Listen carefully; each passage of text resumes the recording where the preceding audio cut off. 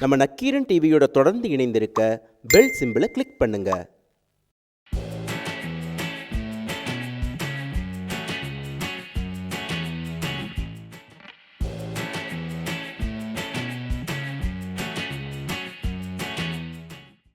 அது ஒரு விளையாட்டுத்தனமாக செஞ்சது. நம்ம திரைப்படத்தில் நடிக்கணும், கதாநாயகன் ஆகணும் அப்படின்னு திட்டமிட்டு செயல்படலை.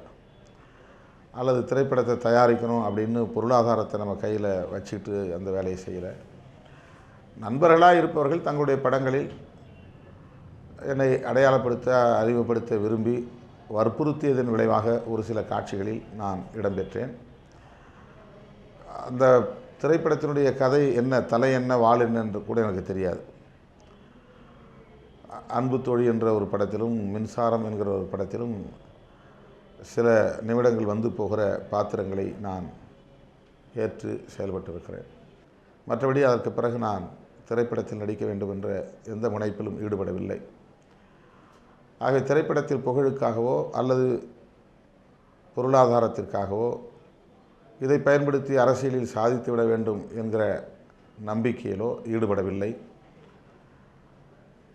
1-2 படங்களில் நான் முகம் காட்டியிருக்கிறேன் என்றால் அது நட்பு அடிப்படையில் அவர்கள் கொடுத்த அழுத்தத்தின் காரணமாக நான் அதில் பங்கேற்றேன். மற்றபடி நான் அதை குறித்து பிரமிப்பாகவும் நான் கருதவில்லை. எதுவும் செய்ய முடியாமல் போய்விட்டதே, இதில் ஈடுபடாமல் இருந்திருக்கலாம் என்று விரக்தி அடையவும் இல்லை. 2 நிலைக்கும் நான் செல்லவில்லை. மிக இயல்பாக நான் இருக்கிறேன்.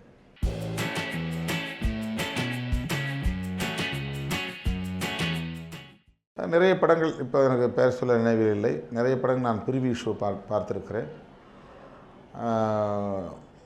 இப்போது திரைப்படங்களுக்குள் நுழைகிற இளைஞர்கள் முற்போக்கு சிந்தனை உள்ளவர்களாக, ஜனநாயக சிந்தனை உள்ளவர்களாக வளர்ச்சியடைந்திருக்கிறார்கள்.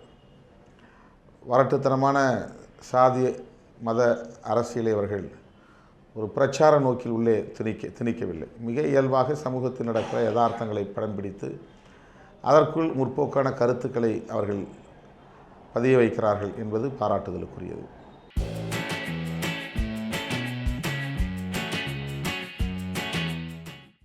நிறைய இருக்குது.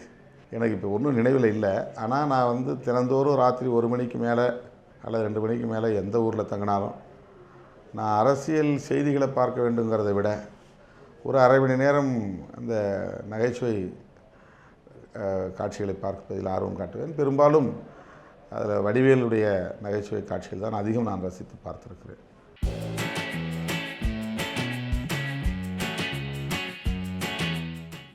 இளையராஜா இசை ரொம்ப பிடிக்கும். அதில் அவருடைய அந்த அன்னைக்கிளி படத்திலிருந்து முதல் மரியாதை படம் வரையில், முதல் மரியாதை அவர் தானே, அந்த பாடல்கள்லாம் ரொம்ப நம்மளை இன்னொக்கையும் கேட்டால் ரொம்ப உருக்கும். அந்த மாதிரியான அந்த பழைய பாடல்களை நான் போட சொல்லி கேட்பேன்.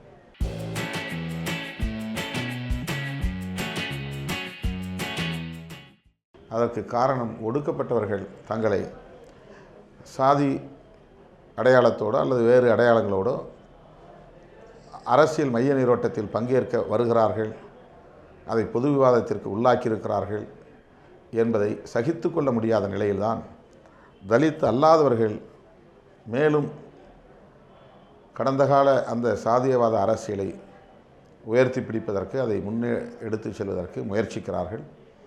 இதனால் இருதரப்பிலிருந்தும் தலித் மற்றும் தலித் அல்லாதவர்கள் என்கிற தரப்புகளில் இருந்தும் வாத பிரதிவாதங்கள் சமூக வலைத்தளங்களில் நிகழ்த்தப்படுகின்றன.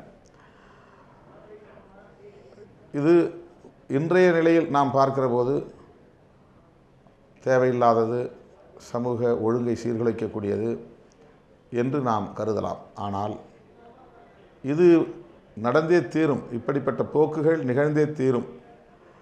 ஆனால் இது தொடராது. ஒரு குறிப்பிட்ட கால வரம்புக்குள் நிச்சயம் இப்படிப்பட்ட விவாதங்களை விட்டுவிட்டு ஆக்கப்பூர்வமான விவாதங்களில் இளம் தலைமுறையினர் ஈடுபடுவார்கள்.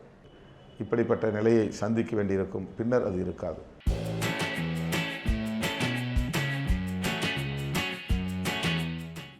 அவங்க அதை எல்லாவற்றையும் திரித்து கூறுவது போல் இதையும் திரித்து கூறுகிறார்கள். Anti Hindutva, anti BJP, anti communalism, இதுதான் நம்முடைய நிலைப்பாடு. மதவாதத்தைத்தான் எதிர்க்கிறோமே தவிர இந்து மக்களை நாம் எதிர்க்கவில்லை. வகுப்புவாத அரசியலை, வகுப்புவாத வெறியை நாம் எதிர்க்கிறோம். இந்துக்களை எதிர்த்தால் நானே இந்து என்று சொல்ல வேண்டியிருக்கும். என்னுடைய தந்தை ஒரு இந்து, என்னுடைய தாய் ஒரு இந்து, என்னுடைய சான்றிதழ் நான் இந்து என்று தான் குறிப்பிடப்பட்டிருக்கிறது. ஆகவே இந்துக்களை நாம் எதிர்க்கவில்லை. இந்துக்களே இருக்கக்கூடிய உணர்வுகளை தங்களுடைய அரசியல் ஆதாயத்திற்கு பயன்படுத்தி கொள்ளக்கூடிய வகையில் அதை ஒரு வகுப்புவாத அரசியலாக இவர்கள் முன்னெடுப்பதை நாம் எதிர்க்கிறோம். எனவே இவர்களை எதிர்த்தால் தேசத்தை எதிர்ப்பதாக திரித்து கூறுகிறார்கள். இதுதான் அவர்களின் சாமர்த்தியம்.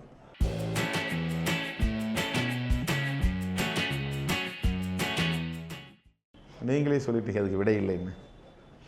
30 ஆண்டுகளாக என்னுடைய தாயார் இந்த கோரிக்கை வைக்கிறார், இன்றைக்கு நேற்றைக்கல்ல. நான் 2-3 தேர்தலுக்கு முன்பு சொன்னேன், இந்த கட்சி ஒரு தேர்தல் அங்கீகாரத்தை பெற்றுவிட்டால் திருமணம் செய்து கொள்வேன் என்று சொன்னேன். ஒரு லட்சியத்தோடு இந்த களத்தில் இறங்கினேன். அந்த லட்சிய வெறியோடு நான் இன்னும் போராடி கொண்டிருக்கிறேன். சென்டிமெண்ட்ஸ் என்பதெல்லாம் பொது வாழ்க்கையோடு நாம் இணைத்து பார்க்க முடியாது. பொது வாழ்க்கை என்பது வேறு, இப்படிப்பட்ட குடும்ப உணர்வுகள், பாச உணர்வுகள் என்பது வேறு. நான் எப்போதும் அதை இனம் பிரித்து பார்க்கிறவன். அம்மா, அப்பா, அண்ணன், தம்பி, அந்த உறவுகளையும் உணர்வுகளையும் என்னுடைய களத்தில் கொண்டு வந்து நான் இணைப்பதில்லை. அது வேறு, இது வேறு. எனவே நான் ஒடுக்கப்பட்ட மக்களுக்காக ஒரு அரசியல் இயக்கத்தை உருவாக்கி அதை பொது நீரோட்டத்திலே இணைத்து அனைத்து தரப்பினரின் நல்ல ஆதரவையும் பெறுகிற ஒரு மகத்தான இயக்கமாக இதை பரிணாமம் பெறச் செய்ய வேண்டும் என்று போராடி கொண்டிருக்கிறேன். போராட்டம் தொடர்கிறது.